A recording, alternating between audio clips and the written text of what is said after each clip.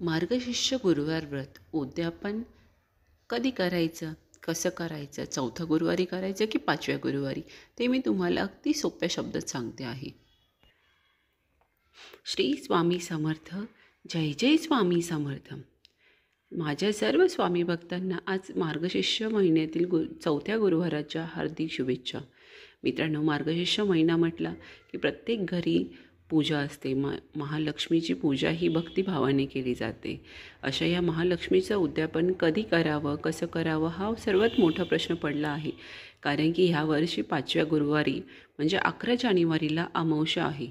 ती अमावस्या 5:30 वाजेपर्यंतला संपत आहे. त्याच्यामुळे सर्वांनी उद्यापन हे 5व्या गुरुवारी म्हणजे 11 जानेवारीलाच करायचं आहे. बऱ्याच माझ्या भगिनी आज करणार आहेत, तर प्लीज माझ्या सर्वांना विनंती आहे की आज कोणीही उद्यापन करत नाही. अमावस्या असली तर काय झालं, आपण आपलं लक्ष्मीपूजन हे अमावस्येच्या दिवशीच करतो ना. तसंच हा दुर्मिळ योग येऊन मिळाला आहे. या दुर्मिळ योगाने 5वा गुरुवार अमावस्येच्या दिवशी येतोय म्हणजे तुम्हाला लक्ष्मीपूजनासारखं तुमचं पूजा होणार आहे. माता लक्ष्मी तुमच्यावर प्रसन्न होणार आहे. तरी सर्वांनी 5 गुरुवारांचे व्रत करावे. 5व्या गुरुवारी उद्यापन करावं. उद्यापन हे कसे करायचे? उद्यापनाच्या दिवशी तुम्हाला ही पूजा मांडणी आहे. ही अशा पद्धतीची पूजा मांडणी तुम्ही सर्वांनी करून घ्यायची. त्या दिवशी आरती करायची, कहाणी वाचायची. 7 सुवासिकांना किंवा 7 कुमारिकांना तुम्हाला घरी बोलवायचं आहे. त्यांना हळदी कुंकू त्यांची पूजा करायची आहे. त्यांची ओटी भरायची आहे. ओटी कशी भरायची, तर तुम्हाला तुमच्या घरामध्ये ते धान्य असेल म्हणजे तांदूळ असतील किंवा गहू असतील, ते गहू घ्यायचे. त्याच्याबरोबर तुम्हाला ही अशी प्रत दिसते आहे माता लक्ष्मीची. ही प्रत तुम्हाला प्रत्येक सुवासिनीच्या ओटीमध्येही द्यायची आहे. त्याच्याबरोबर एक फळ द्यायचं आहे. फळ म्हणजे तुम्ही केळी देऊ शकता. तुम्हाला जे अवेलेबल असेल ते फळ द्यायचं आहे. त्याच्याबरोबर दक्षिणा म्हणून तुम्ही 10 रुपये द्या, नाही तर 1 रुपये द्या. असं तुम्हाला ओटी भरायची आहे 7 कुमारिकांची किंवा सुवासिनींची.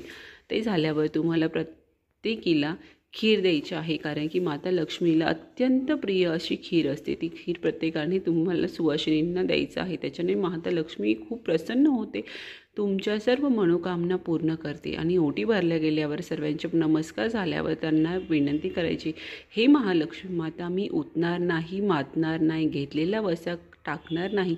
माझी इच्छा पूर्ण कर. माझी सौभाग्यामध्ये वृद्धी होऊ दे. माझ्या नवऱ्याला आयुष्य मिळवू दे. माझ्या घरात तुझे आगमन नेहमीच राहू दे. माझे घर धनधान्याने समृद्धीने वाढू दे. माझ्या मुलांना चांगली बुद्धी दे. अशी प्रार्थना करायची आणि तुमची जी इच्छा असेल ती महालक्ष्मी मातेला सांगायची. बघा, ती पुढच्या मार्गशीर्ष महिन्यापर्यंत 100% पूर्ण होते. जर तुम्ही मनोभावे कोणतीही पूजा केली तर देवमाता तुमच्यावर प्रसन्न होते आणि तुमच्या सर्व इच्छा पूर्ण करतात. अशी ही साधी सोपी महालक्ष्मीची मार्गशीर्ष उद्यापन विधी आहे. सर्वांनी 5व्या गुरुवारी 11 जानेवारीलाच करा. आणि एक महत्त्वाचं म्हणजे ते 5:30च्या आतच उद्यापन करा. जर तुम्ही 4ला लागले त्या दिवसात तुम्ही दिवसात केव्हाही करू शकतात, पण मोस्टली आपण सायंकाळी उद्यापन करतो, तर हे यावेळेला चालणार नाही. तुम्हाला 5:30च्या आतच तुमची पूजा विधी समाप्ती करायची आहे. श्री महालक्ष्मी माते की जय. तर मैत्रिणींनो, तुम्हाला महालक्ष्मीला नैवेद्य दाखवायचं आणि हे सुपामध्ये जसं दिसतंय, फळ दिसतंय, पुस्तक दिसतंय, कुंकवाची डबी दिसते, फ्लावर दिसतंय आणि तांदळाने ओटी प्रत्येक सुवासिनीची किंवा कुमारिकेंची भरायची आहे. माझी पूजा कशी वाटली ते तुम्ही नक्कीच मला कमेंट्स करा, लाईक करा, शेअर करा.